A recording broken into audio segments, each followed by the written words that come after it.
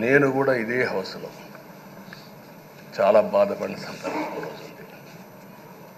Members అందరం ఉన్నాం.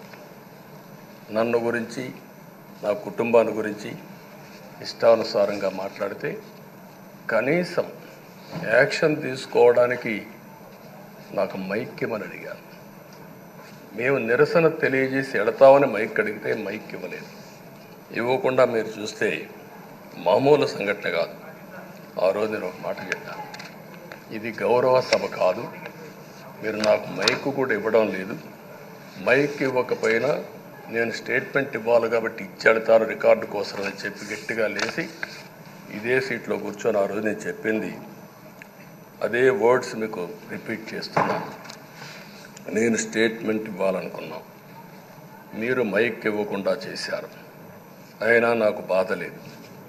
మళ్ళీ చెప్తున్నా, ముఖ్యమంత్రిగానే ఈ హౌస్కు వస్తాను తప్ప అదర్వైజ్ రాజకీయాలు అవసరం లేదు. ఇది ఒక గౌరవ సభ కాదు. ఇలాంటి గౌరవ సభలో నేనుండనని మరొక్కసారి చెప్తూ మీకు నమస్కారం. ప్రజలకు విజ్ఞప్తి చేస్తున్నా, నా అవమానం మీరు అందరూ అర్థం చేసుకొని నిండు మనసుతో ఆశీర్వదించాలని కోరుతూ ఈ సభ నుంచి వాకౌట్ చేస్తున్నానని చెప్పి వాకౌట్ చేసి బయట ప్రెస్ కాన్ఫరెన్స్ పెట్టాను. ఎందుకు ఈ విషయం చెప్తున్నానంటే, నా జీవితంలో ఇది 9వసారి నేను ఎమ్మెల్యే. ఈ రాష్ట్రంలో తెలుగు జాతిలో నాకు వచ్చిన అవకాశాలు ఏ నాయకుడికి రాలేదు. 14 సంవత్సరాలు ముఖ్యమంత్రిగా పనిచేశాను. ఇప్పుడు మళ్ళీ ముఖ్యమంత్రి అయ్యాను. 15 సంవత్సరాల అపోజిషన్ పార్టీ లీడర్గా పనిచేశాను. కానీ తిరుపతిలో నా పైన దాడి జరిగింది. 24 క్లేమోర్ మైన్స్ నా మీద బ్లాస్ట్ చేశారు. ఆ రోజు కూడా నా కళ్ళలో నీళ్లు రాలేదు. మొట్టమొదటిసారిగా ఎలాంటి సంబంధం లేని నా సతీమణి పైన ఆరోపణలు చేశారు. ఆ ఒక్కరిపైన కాదు, ఈ రాష్ట్రంలో ఆడపడుతులందరిపైన, గౌరవంగా బ్రతికే ఆడబిడ్డలందరినీ అవమానం చేయడం, సోషల్ మీడియాలో పెట్టడం, క్యారెక్టర్ అసాసినేషన్ చేయడం, ఇలాంటి చాలా సంఘటనలు జరిగాయి.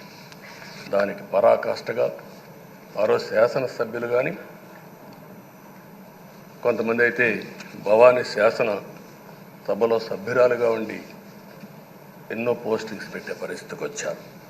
అలాంటి సంఘటనలు చూసిన తర్వాత ఫస్ట్ టైం నా జీవితంలో ఆడబిడ్డల కోసరం ఇలాంటి హననాన్ని చేశారని బాధపడుతూ కంటతడి పెట్టాను. ఆ రోజే అనుకున్నా, ఇలాంటి పార్టీ ఈ రాష్ట్రానికి అరిష్టం, ఇలాంటి వ్యక్తిత్వం ఉండకూడదు. మళ్ళీ ఈ రాష్ట్రాన్ని గౌరవ సభ చేసి హోందాగా నడిపించే వరకు నేను పనిచేస్తానని చెప్పి ఒక శపథం చేశాను. ఆ శపథం ప్రకారమే ప్రజలు గెలిపించారు, వచ్చాను.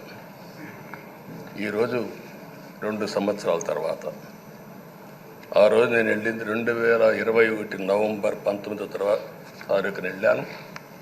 నిన్న మీ అందరి ఆశీస్సులతో, ప్రజలందరి యొక్క ఆమోదంతో ఈ సభలోకి ఎంటర్ అయ్యాం.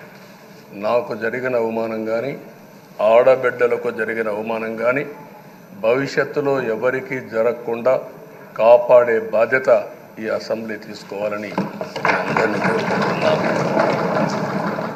నా గౌరవాన్ని కాపాడిన ప్రజానీకానికి మరొకసారి మనస్ఫూర్తిగా ధన్యవాదాలు, అభినందనలు.